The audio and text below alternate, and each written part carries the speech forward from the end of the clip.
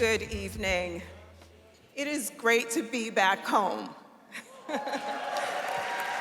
I want to thank Damon for his friendship and his extraordinary leadership of the Lawyers Committee for Civil Rights under Law. I also want to thank our outstanding board members and the extraordinary staff who truly represent the heart of this great organization. And finally, I want to thank the Higginbotham family. Where are you? Because we wouldn't be here tonight but for you.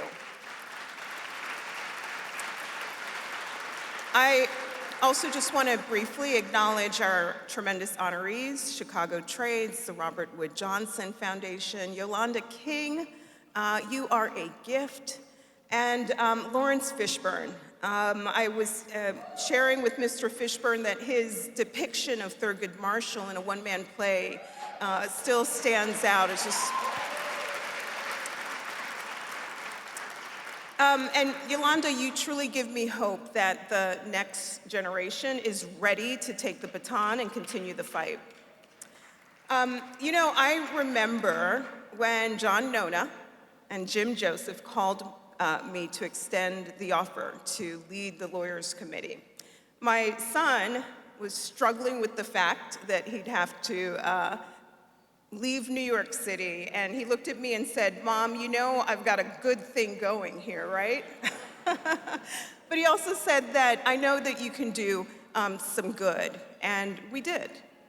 We did do good, and the Lawyers Committee continues to do good all over this country. I'm truly humbled to receive this award tonight from an organization that I love and have truly poured my heart and soul into. I want to go back to words shared by Michael Swartz earlier this evening about the Lawyers Committee's history and its special role in our nation's civil rights fight. Those lawyers that came together in 1963 did so at a moment when there was great urgency about the absence of an organized bar in the civil rights movement. And the lawyers who answered the call and met with President Kennedy at the White House vowed to do more to engage in the civil rights fight.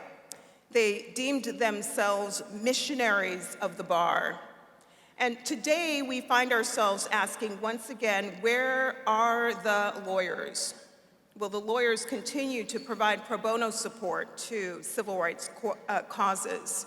Will the lawyers unapologetically stand up for the rule of law? It was an honor of a lifetime getting to lead civil rights enforcement across the country during my time at the Justice Department, and I'm proud to say we did a lot. Along with the help of Lawyers Committee alum like John Powers, we worked around the clock to stand up for the most vulnerable among us.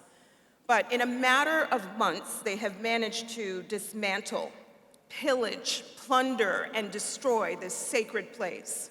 They have abandoned their responsibility to protect and safeguard all of our civil rights. It is shameful and indefensible. They have reversed course on voting rights, police misconduct, prison reform, redlining, and so much more. Outside the department, the picture is just as alarming. Public officials being targeted and indicted, militarization of our cities led by Black mayors, Americans being captured and kidnapped, hate-motivated violence on the rise, an assault on the Voting Rights Act, the capitulation of law firms, corporations, and colleges fearful of standing up for the rule of law. The temperature is rising fast and tension levels are high. We need missionaries of the bar to stand up for justice now more than ever. I want to dedicate this award this evening. Thank you.